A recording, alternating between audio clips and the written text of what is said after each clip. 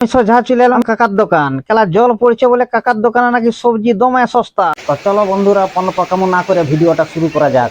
ঘুম থেকে ঘুষে ঘুষে উঠে গেলাম, যাই নিয়ে সোজা খাইতে যাই বসিলাম। বসে দেখছি না দমে জল, আর ওইদিকে বউ আওরা খাচ্ছে, গোল করতে শুরু করে দিয়েছে আমাকে। বলছে খাল ভরা একটাও সবজি নাই ঘরে, সবজি বাজারটা করে নিয়ে আসবি যা। সোজা ব্যাগটা নিয়ে মোটর সাইকেলটা দেখছি না রাস্তা ঠেক রানা আছে, দিয়ে মোটর সাইকেলটা স্টার্ট করে নিয়ে সোজা চলে গেলাম।